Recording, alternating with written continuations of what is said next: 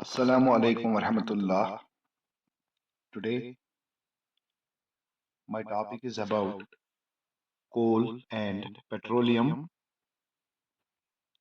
Coal and petroleum ये class 8th का lesson number 2 है साइंस में।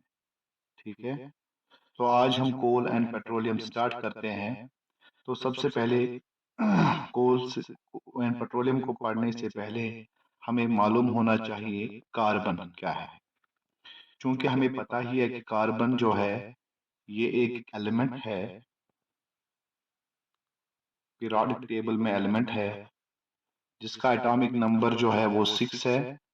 जैसे कि आपको मालूम ही होगा, atomic number is equal to number of electrons.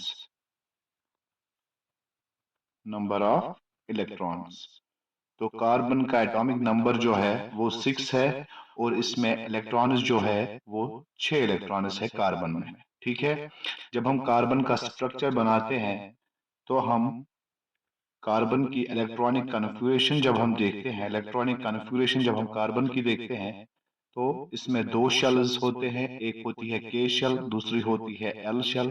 के शेल में इसके दो इलेक्ट्रॉन्स है और एल शेल में इसके पास 4 इलेक्ट्रॉन्स है।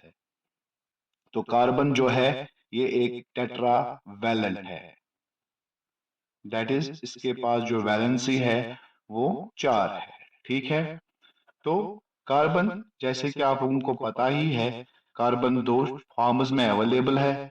एक है हमारी एमॉर्फस फॉर्म और दूसरी है हमारी क्रिस्टलाइन फॉर्म। एमॉर्फस फॉर्म में कार्बन के पास कोल होता है, कोल गैस होता है और कोल तार होता है। इसके बाद इसके अलावा भी बहुत सारे कुछ सब्सटेंसेस होते हैं। तो क्रिस्टलाइन फॉर्म में इसके पास डायमंड, नंबर सेकंड जो है वो है ग्रेफाइट, नंबर 3 जो है वो है फ्लोरीन बकमिंस्टर।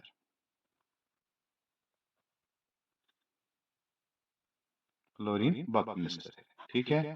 तो हमें जो इस लेसन में पढ़ना है, कोल और पेट्रोलियम में हमें जो पढ़ना है वो है एमॉर्फस फॉर्म कार्बन की, वो फॉर्म जो एमॉर्फस फॉर्म है। ठीक है, तो इसको स्टार्ट करने से पहले हमें कुछ पॉइंट्स का इल्म होना चाहिए। जैसे कि एक रिसोर्स क्या होती है, हम कहेंगे रिसोर्स इज एनीथिंग, ये कोई भी चीज है जो एनवायरनमेंट में मौजूद होगी और जिससे क्या होगा, जो हम यूज कर सकते हैं या जिससे हमें फायदा मिल सके, वो रिसोर्स कहलाती है। Resources are mainly of two types. Resource के टू टाइप्स है, एक है हमारे पास इन एग्जॉस्टेबल नेचुरल रिसोर्सेज और दूसरी है exhaustible natural resource. Inexhaustible natural resource का मतलब ये है कि they cannot be used up completely, हम उनको पूरी तरह से यूज नहीं कर सकते हैं। These resources, inexhaustible natural resources, are in unlimited quantities, ये अनलिमिटेड क्वांटिटीज में अवेलेबल होती है। जैसे हमारे पास सनलाइट है या जैसे हमारे पास एयर है और हमारे पास वाटर है। ठीक है, वैसे ही जब हम देखते हैं exhaustible natural resources, exhaustible natural resources वो रिसोर्सेज होती हैं जो हम कंप्लीटली, जब हम उनको एक बार यूज करते हैं तो हम उनको कंप्लीटली यूज करते हैं। वो लिमिटेड क्वांटिटीज में है, लिमिटेड है वो। जब भी हम एक बार उनको यूज करेंगे तो वो फिर से जनरेट नहीं हो सकती हैं ऑटोमेटिकली।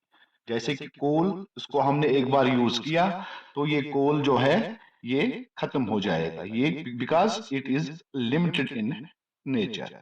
इसी तरह पेट्रोलियम है और हमारे पास जो है वो है नेचुरल गैस, ये हमारे पास है एग्जॉस्टेबल नेचुरल रिसोर्सेज। तो हमें पढ़ना है यहाँ पे, एक तो है यहाँ पे हमारे पास एमॉर्फस फॉर्म, और अमाल्फस फार्म में कौन सी नेचुरल रिसोर्स है, एग्जॉस्टेबल नेचुरल रिसोर्स, जिसमें हमारे पास कोल आता है, जिसमें हमारे पास पेट्रोलियम आता है, जो कि हमारे इस लेसन का नाम ही है कोल एंड पेट्रोलियम। ठीक है, तो फॉसिल क्या होता है, फॉसिल फॉसिल रिमेन्स होते हैं, remains of dead and decaying matter.